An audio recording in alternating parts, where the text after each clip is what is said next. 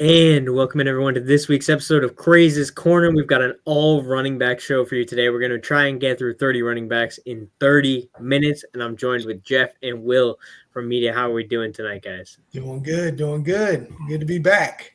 Yeah, it's been a while since we've all kind of been together, but we got an exciting show today. We have my top 30 running backs. I'm going to bring the guys up in tiers, and we're going to essentially comment on which guys you think I have too low, too high.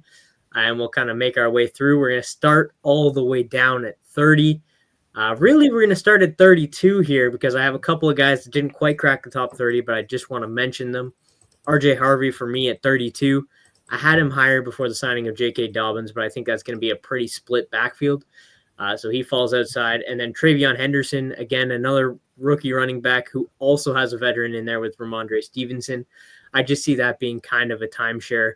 Stevenson's making a lot of money. Tyrone Tracy with the Giants. They also drafted a rookie running back with Cam Scatterbo. Not a great offense, so he falls there. One that I think Jeff is not going to like at 29 here, I have Caleb Johnson.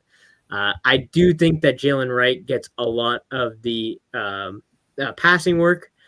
So in that offense that maybe isn't going to be the most prolific, that real true pounding running back might get some touchdowns, but I think it's definitely going to be a split in Pittsburgh. Javonte Williams, I think he's going to be the leader in Dallas, but I don't really think he's going to be the leader by like 70% of the share. I think he gets maybe around 55% of the touches, ends up at 28. Jalen Warren, other Steelers back. Again, he's just ahead of Johnson because of that pass-catching work. Aaron Jones with the Vikings, he gets that passing work. He's probably going to lose some work to Jordan Mason, though, so I don't quite have him super high. Brian Robinson is going to be a volume guy again, not getting that passing work. And Amarian Hampton, who I right now have at 24. I think the Chargers are going to run Najee. Even if he's not the most efficient back, I think he's going to get some volume. I have Hampton ahead of Najee because I think he's the better guy. But for the Chargers, it makes no sense for them not to run Najee into the ground this year. Keep Hampton. Let him be that explosive play guy. So those are the guys I have from 32 to 24. Jeff, I know you're super high on Caleb Johnson. I assume you would have him higher in your ranks? I definitely would.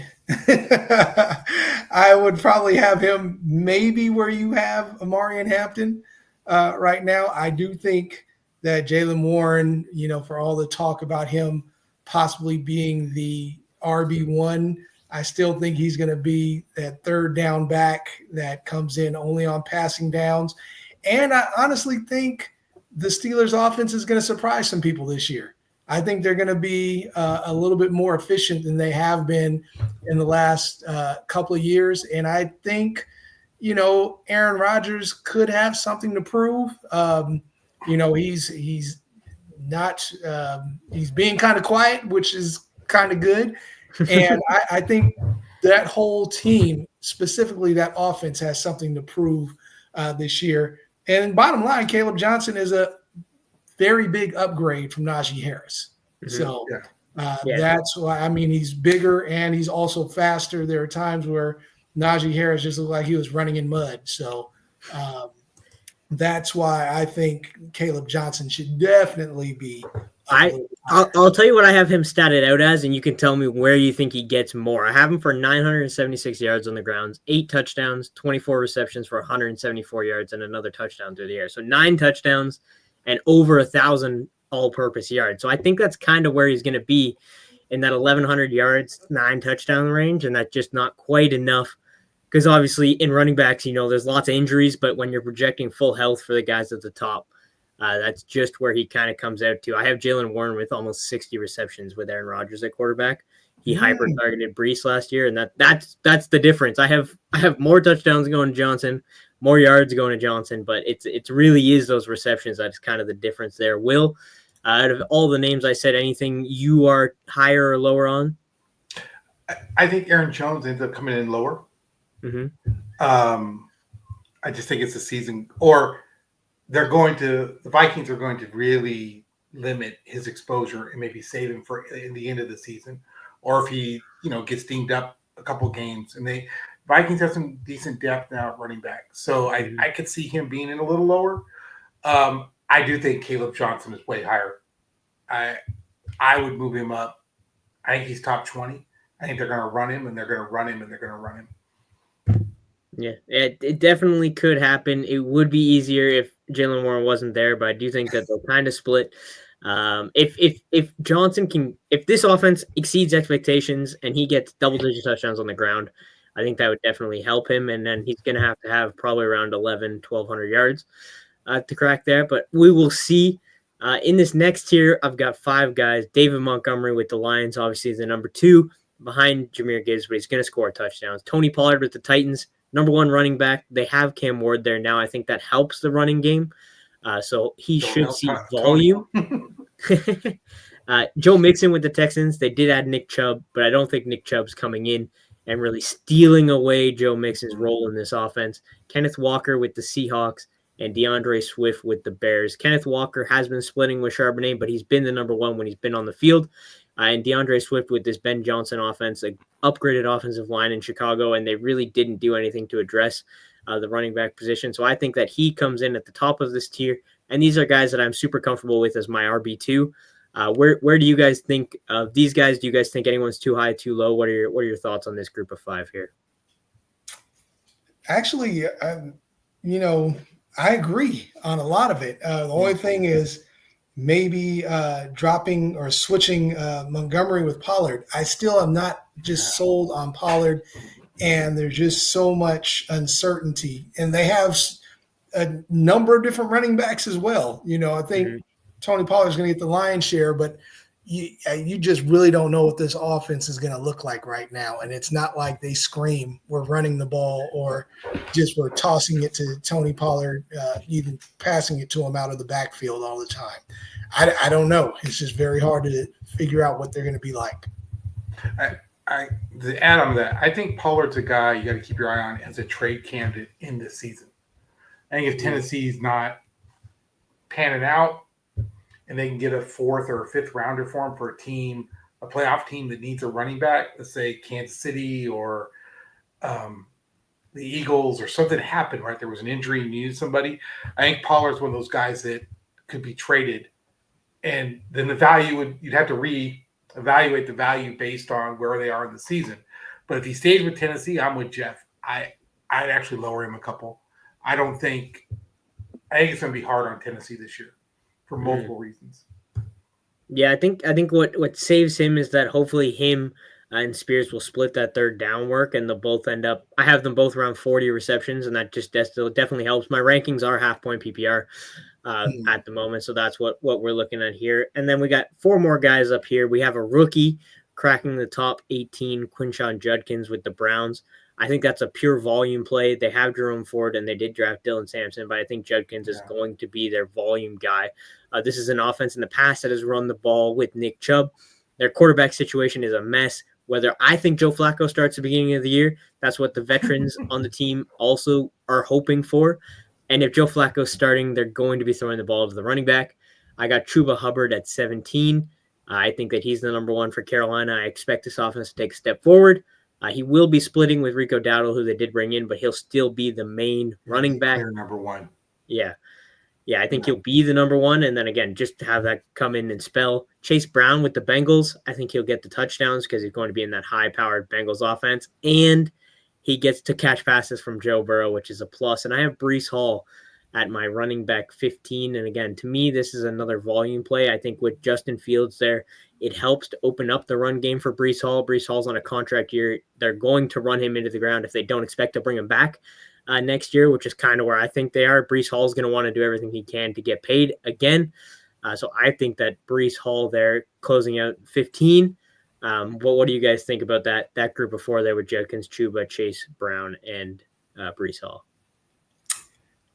Man, Will, I'm going to let you start with this one. This is where now it's starting to get dicey. Yeah. Breece Hall and Chase Brown both worry me a little bit when I look at that.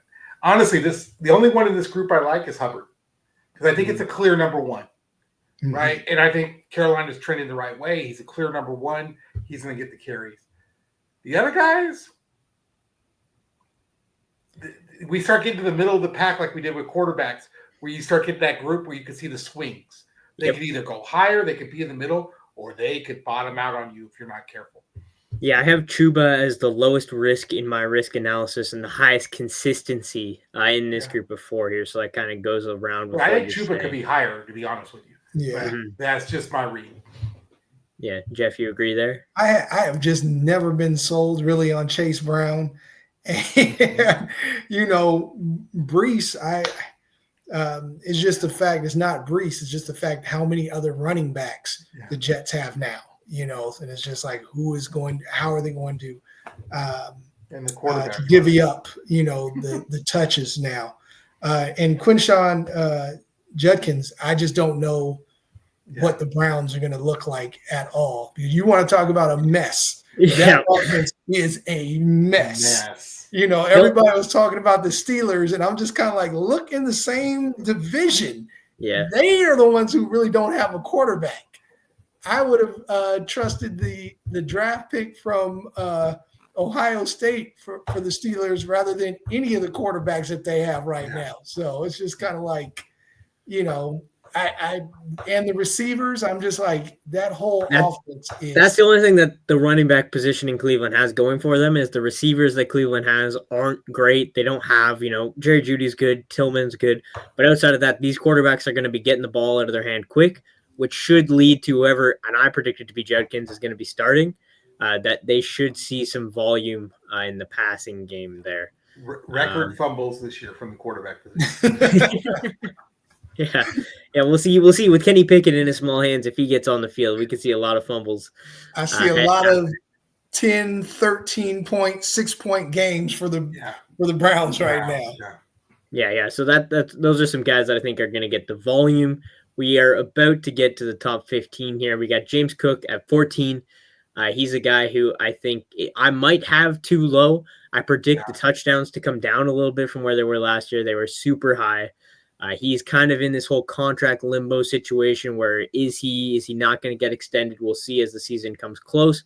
But I do like James Cook in this offense. He definitely should be great, but I think Ray Davis will get a little bit more involved, especially if the Bills decide that they're going to be moving on from James Cook, whether that is, they tell him we're just not going to bring you back next year. They want to get Ray Davis some more reps.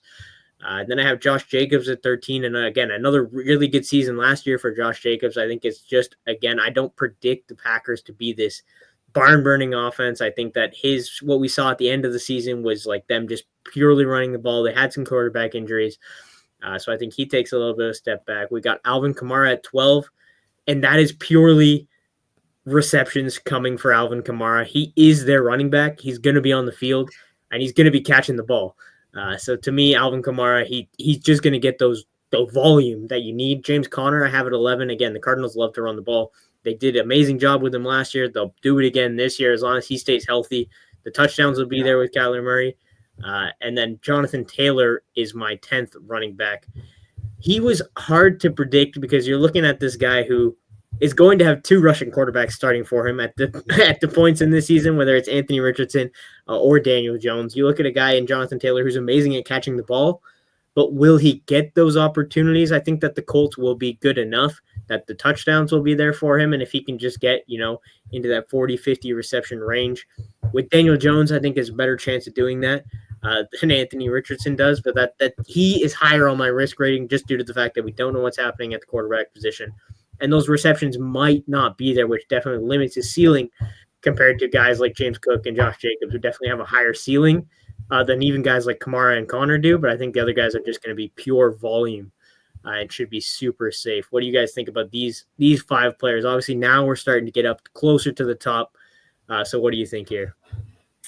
The only one I have a real issue with, and I hate having the issue because I love him. He drafted him when he was a rookie, is Alvin Kamara.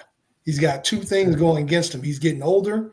And again, that offense, I mean, we don't know who the quarterback is. The receivers with Olave, we don't know where he is as far as coming back from the concussions. If they have to rely on him, this is one of those situations where I can see, he's been in that division for so long that some of these defensive coordinators just scheme just to stop him. He's going to be their de facto receiver, their de facto running back, everything. And without an actual quarterback right now, I don't know exactly if you're going to get some, top 15 production out of him. I really don't. Yeah, so this production comes on the back of, in my predictions, I have him up for 72 receptions, which would be second on the team. And you're looking at, again, this offense, they're going to either have Tyler Shuck or Spencer Rattler playing off of them for this year. Kamara had 68 receptions last year, 75 receptions the year before that, and finished top 12 PPR for both of those seasons. So Kamara is not really the explosive running back he was. I only have him for 900 yards on the ground, under 200 attempts.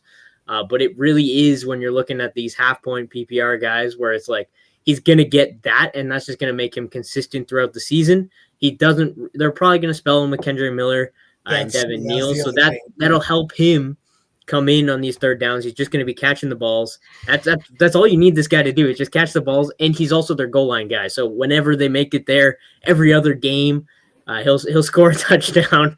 And Taysom Hill could be on his way out of this team as well, which would help for the touchdowns. Will, what do you think about this group here? I mean, it's not that many in your projections of points. I mean, one touchdown reorders everybody. So that being said, I think Cook would be the leader of this group, and everybody else would fall behind him. And I'd probably go Cook, Connor, Jacobs, and then Kamara. Kamara just makes me nervous because I don't think he can get through the season. Mm-hmm.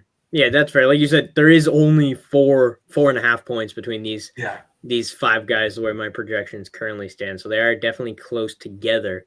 The next tier features some interesting names as well. I know a guy that I'm not as high on as the rest of the industry, and Bucky Irving in my top 10, though. And then I have another young guy with Ashton Genty and Kyron Williams rounding out the top 7 there. So Kyron Williams, to me, is by far the best in this tier.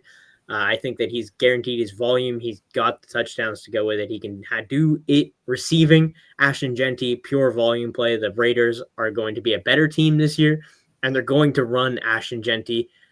They should run him. He's, if not, Brock Bowers is their best offensive player, but Genty would be their second at worst.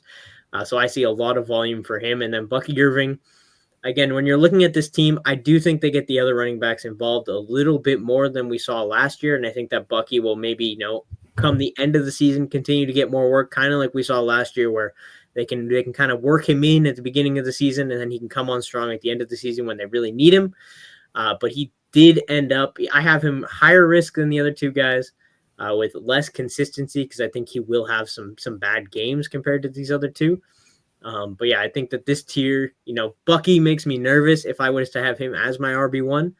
But I do think that overall, when you look back on the season, Bucky's going to have, a couple 3 touchdown games, which is really just going to boost his overall end of season finish, where you're not going to be as comfortable playing him week in, week out as your RB1. I know, Will, you're also down on Bucky. Are you the same way, Jeff, there?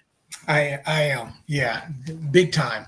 I think he's going to run into a sophomore slump. They got a new offensive coordinator again. So now it's restarting who's going to be his running back of choice. I can see Rachaad White just, moving back into RB1. So it's a very interesting situation. I'd be very nervous if that, like you're saying, if that's one of my RB1s that I'm depending on. Yeah, if I was drafting Rachaad White or Bucky Irving, I would rather have one of these other guys ahead of him, just because I do think he's the least consistent of even my top 10, probably. Of anyone in the top 10, he's probably the least consistent. So it's just an interesting situation where he's going to have those big weeks. He was their goal line back last year too, which I could see Sean Tucker maybe coming in and taking a little bit of that away. But I do think that we'll still see Bucky around but the new offense hopefully will be okay. They've already gone through a couple of coordinators and everything's been good with Baker. So hopefully that'll stay the same. Will, what do you think about this tier? I think Genty's probably the leader of this. I'm not sure Williams. I don't think he has a huge drop from where you have him, but my gut, just watching everything, it's going to be a little bit lower. And then just Bucky, man. Honestly, I would have Bucky down near 20. Yeah. That's just me. Yeah, I could see it. I have him for around 1,100 yards, 8 touchdowns on the ground, and then like 40 to 50 receptions in that range.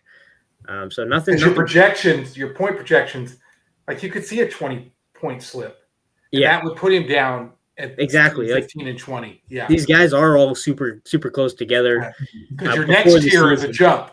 Yep. Yeah. The six and on, we're going to go through one by one, get a little bit more in depth. And this is definitely, Kyron at 246 points. And then at 6th, I have Christian McCaffrey, who is the highest risk rate of anyone within my top 20. Christian McCaffrey, when he's on the field, is going to be putting up numbers. He's going to be scoring you touchdowns. He's going to be getting it done in the receiving end. I love Christian McCaffrey, the player. You have to be nervous with the injuries. As I said, he's the highest risk out of any of these guys that we've talked about. Maybe even today, he might be the highest risk of anyone in the top 30. But, man, if he's playing, you want Christian McCaffrey on your team because he's going to be scoring you some points. So I have him at 273 projected points. Kyron was 246. So definitely a big jump there. I know you guys are both probably also nervous about the injuries. But when you're projecting it, you can't project too many injuries because I'm not an injury guy. So what do you guys think? Christian McCaffrey, are you guys okay with him at 6? I know he's risky, but would you be willing to take him as the RB6 off the board, or are you just avoiding him due to the injuries? I'm avoiding him. I hate having just the quandary of wondering what's going to happen with running backs. Because it's going to surprise you. Devon Achane, that's another one that scares me because of all the other running backs that they keep grabbing. You got Ollie Gordon, you got Wright, it's just like, my gosh. And again, he's not the most healthy guy, we'll say, as far as running back position. So both these guys, they're an injury away to somebody stepping in and getting large volume, that you're hoping that they have. So that's been my issue with McCaffrey. It's just I'd rather take a chance. I think I'd go with Kyron Williams before I went with McCaffrey right now. So. And Will, what do you think about Christian McCaffrey? I think I've learned not to talk bad at Derrick Henry. Until he stops performing, he's just going to keep performing. So it is what it is. But I look at the ages in this tier for you that you have. And I don't necessarily think I actually think you're right in having this tier of the top 6. But it does worry me that even Saquon, Barkley's 28, Christian's 29. Mm-hmm. There's tread on those tires as it's getting lower and lower. So, at least Christian got the year off last year. Yeah. the Christian's another guy that if the 49ers aren't hitting, you could see a trade. Mm-hmm. Right? If the 49ers think they can get a second-round pick for him near the end of the season, near the trade deadline, it wouldn't surprise me if Christian moved.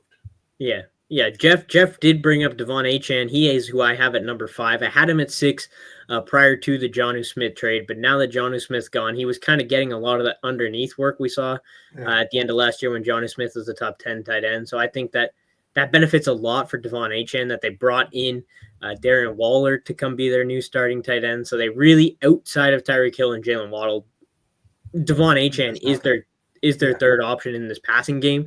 I have him again for the same amount of receptions I had Alvin Kamara for, but I do think he's more explosive than Kamara, so he's going to have I have him for just under 1,100 yards on the ground, 9 touchdowns, 4 more touchdowns through the air, 72 receptions for 640 yards. So he did surpass Christian McCaffrey for me. I get that he is smaller. He has that injury risk associated with him, but this guy is – and you can't even really scheme against Devon Achane because you have Tyreek Hill and Jalen Waddle outside. But with Tua needing to get this ball out of his hand super quick so that he can stay healthy, I think this benefits Achane a lot. I'm worried dynasty-wise about Achane's value after this season, depending on what happens with the coach. But I think for this year with Mike McDaniel, Devon Achane is just going to go off every time he's on the field, out of the backfield catching the ball.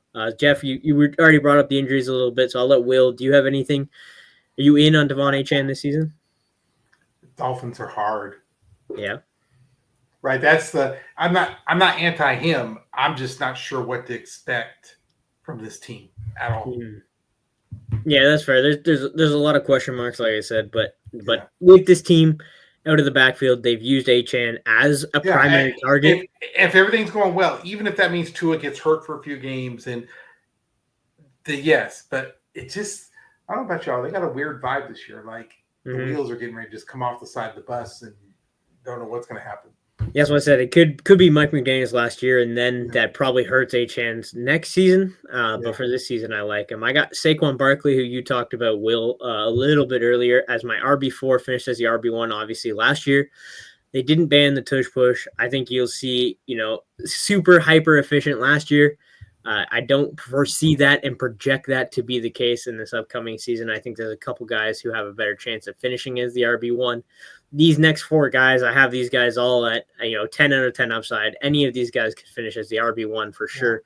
So I have Saquon Barkley, and then I have Derrick Henry right ahead of him, who Will also brought up. I think that Derrick Henry is just going to be a touchdown monster. Yeah. Nobody's stealing that away from him. You had the touchdowns last year. The touchdowns are still going to be there for him this year as long as he's on the field. So I have those 2 guys there. Out of these 2, who would you guys prefer for this season, Derrick Henry or Saquon Barkley? I'm always Derrick Henry. That's just tried and true. He like Will said earlier, until he starts really showing the decline, and then the Ravens' offense might even be a little bit more explosive than it was last year. So I'm definitely in on Henry. I'm with Henry. Yeah. Had the tush push been banned, I might lean Saquon. If the tush push was banned, Saquon probably would have been my RB1. Just because of those extra touchdowns that would have been coming his way. But yeah, Derrick Henry, no one's taking away his goal line touches. The Ravens are just going to run it through him when they get down there, and their offense is going to be great. So they'll be down there again a lot this year. And then my top 2 running backs is Bijan Robinson and Jahmyr Gibbs. I have Bijan at 1, Jahmyr Gibbs at 2, Derrick Henry's 3, and Saquon's 4. So I have 308 for Bijan, 307 for Jahmyr Gibbs. So they're very close. 303 for Henry. So I have these guys all super close in my rankings. I think that Bijan is going to be the Falcons' offense. They need this so that they can have Penix succeed. They have to run through Bijan. I think that they finally kind of got that in their system, that this has got to be through Bijan. He can catch the ball. And then for Jahmyr Gibbs, he has shown that he's the best running back in Detroit. He's explosive. He does it all out of the backfield as well.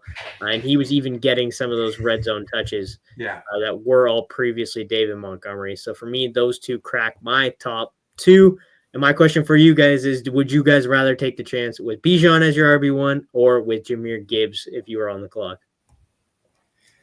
Ooh, I'm going with Gibbs. And I hate doing it because David Montgomery's there. If he wasn't there, it'd be no question at all going with Gibbs. But I'm still going with Gibbs. Will, what do you think? Derrick Henry. Yeah. I think he's the sure in the top 10. He's the surest bet. He'll score you a touchdown pretty much every week. He's going to get you at least 1 touchdown every week. Might get you 3. Yeah, I think he's the safest. The other guys have the receiving upside that Henry doesn't have, which would help you out in any sort of PPR league. Like I said, I have Bijan as my RB1 right now. The way they use Tyler Algier has always kind of hindered him, but they kind of started to go away from that last year a little bit. Atlanta. Yeah, so we'll see. We'll see. Hopefully, they just feed Bijan so that he can be this RB1 that everyone wants him to be. And with Jahmyr Gibbs, new. Hopefully, we'll see how the offense looks without Ben Johnson there. But I think without Ben Johnson, I wouldn't be surprised if Jahmyr Gibbs gets a little bit more run than we've seen him get, especially with Monty getting hurt a little bit last year. They want to try and keep him healthy, and kind of he'll be the RB2 in my opinion this year, as opposed to being the 1A, 1B that we've seen in the past. I think that Gibbs just kind of takes that step forward and kind of takes over this backfield. Which lets Monty be that RB2. So there we go. We did 32 running backs in 30 minutes. Thank you, Jeff and Will, for joining me. Hope you guys enjoyed. We do have the all-new Presser app coming out, so make sure you guys are paying attention. You'll see that on my Instagram page coming at you very, very shortly. So make sure you guys stay tuned for that. But hope you guys enjoy. We'll be back again next week with the wide receivers. Gotcha. Thanks, Zach. That's good. Thanks, Zach.